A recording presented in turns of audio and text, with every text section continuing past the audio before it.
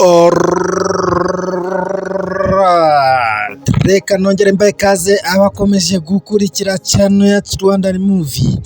Dutangiye rwose tubona umuhungu n'umukobwa. Umuhungu agiye gusuhuza umukobwa, ariko umukobwa yamukubise urushyi. Yamukubise urushyi rwose. Umuhungu biramucanga. Uraza kunkoraho uranzi? Nge ndi uwawe. Sheri uriya mukobwa yahise ahagera. Akihagera muri gupfa iki? Sheri uyu muhungu rwose ntabwo nzi ibyi yaraje ashaka kunkoraho, nta nubwo muzi, ashaka kumenyera, yashaka kugukoraho. Aragukoraho ngo bigende gute? Sheri nanjye ntabwo mbizi pe. Muhaye gasopo ntazongere no kumenyera na gato, kuko mubwire rwose ko uri uwanjye. Umuhungu rwose byaramushoboye, yarangije agenda kinyuma rwose aca haragenda. Sheri ni ukuri rwose urakoze, binyeretse rwose ukuntu nkunda. Turabona rwose bageze mu rugo, bakicara, maze umuhungu ahise amuhereza amafaranga kuko ariyo yari afite. Umukobwa arangije aramubwira ngo urakoze rwose kandi ndagushimiye kuri aya mafaranga umpaye, araza kumfasha.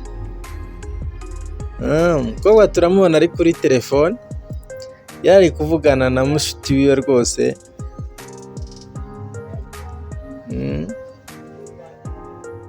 Abona yaje atembera, yaje guhura n'uriya musore wiwe, yaramugaruriye ya mafaranga. Aramubwira ngo nta kibazo rwose, nta kibazo cy'amafaranga nari mfite. Nagiraga rwose ndebe ko nimba unkunda. Umukobwa rwose yamugaruriye ya mafaranga, arangije amuha na kado ya telefone. Turabona umuhungu yakomeje kugenda kuri uriya mukobwa rwose amwereka amafaranga. Nuramuka unkunze, aya mafaranga yose agomba kuba yawe. Amafaranga yose agomba kuba yanjye. Ninde wakubwiye ko njyewe nshaka amafaranga yawe? Nanjye nakora akazi nkabona yanjye. Wa muhungu Sheri we yahise ahagera rwose, atangira kumubwira ko nakomeza kugenda kuri uyu mukobwa bigomba kuba nabi rwose.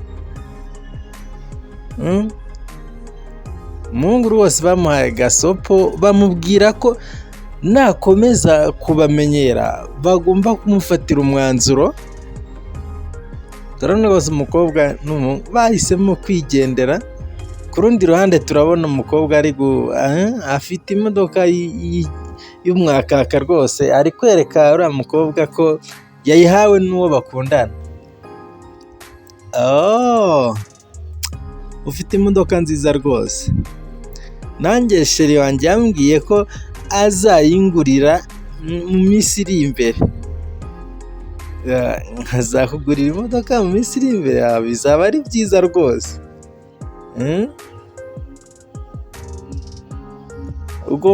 Ariko reka nkubwire, ugomba kuba umuntu mukuru.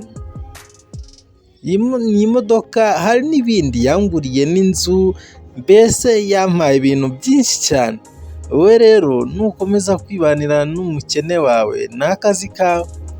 Turabona rwose wa mukobwa ari kubwira umuhungu ko adashobora kumusiga n'umunsi n'umwe.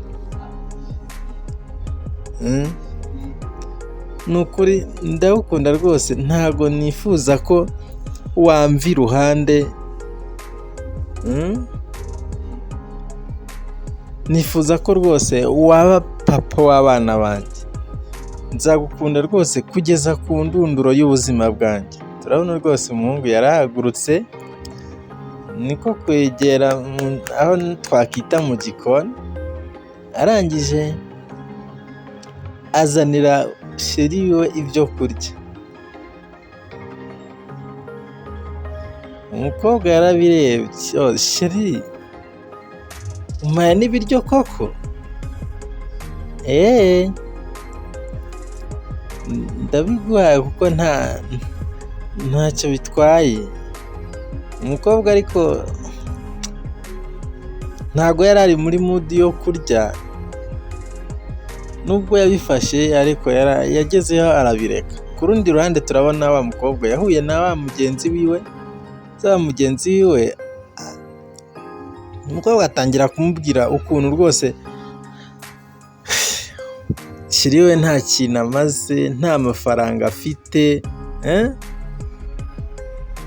maze mugenzi we aramubwira ngo ibyo si ikibazo, abahungu ni benshi barahari bafite amafaranga, we va mu bwana.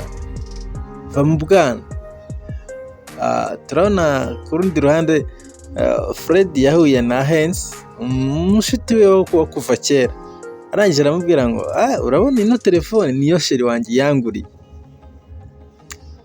Nkubwije ukuri arankunda, ntago rwose turabona bahitamo gutemberana, bagenda baganira gake gake. Turabona rwose wa mukobwa yaragarutse abwira uriya musore wiwe ko amaze kurambirwa rwose kubaho abana n'uriya muhungu rwose. Batangiye baganira rwose, ubona ko urukundo ruri aharyoshye. Hamwe amubwira ko ndizera ko mu minsi iri imbere nzaba ndi umukire rwose. Nyuma y'icyumweru kimwe turabona rwose wa mukobwa n'umushuti we batangiye kujya bahamagarana. Arangije aramubwira ngo ubuzima bwo kuba mu bukene ndaburambiwe rwose, nshakira umuhungu nanjye rwose mbashe kubaho nisanzuye.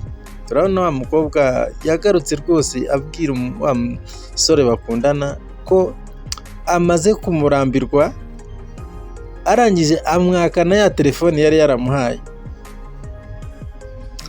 Rwose maze kubona ko ntago ndi uwawe rwose, ndakurenze, ugomba gushaka abo muhwanyije ubushobozi, njyewe namaze kukurenga rwose, kandi nimara kuva hano ntuzongere no kumbaririza kunkurikirana. Uranyumva neza?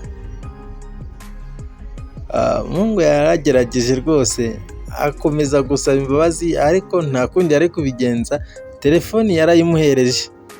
Umukobwa akimara kuyifata aramubwira ngo ntuzongere kunshakisha n'umunsi na rimwe ngo uri gushaka ko twavugana. Umuhungu rwose yasigaye yumiwe, biramushobera. Niko kugenda kuri wa mugenzi wiwe ajya kumubwira uko byamugendekeye. Ese wowe bikubayeho gutya wabigenza ute? Wabyakira? Mbibutsa gukanda subscribe kugira ngo tujye dukomeza kubana mu nkuru zacu tugenda tubagezaho buri munsi. Njye mukomeza kubana ni Birasa Official.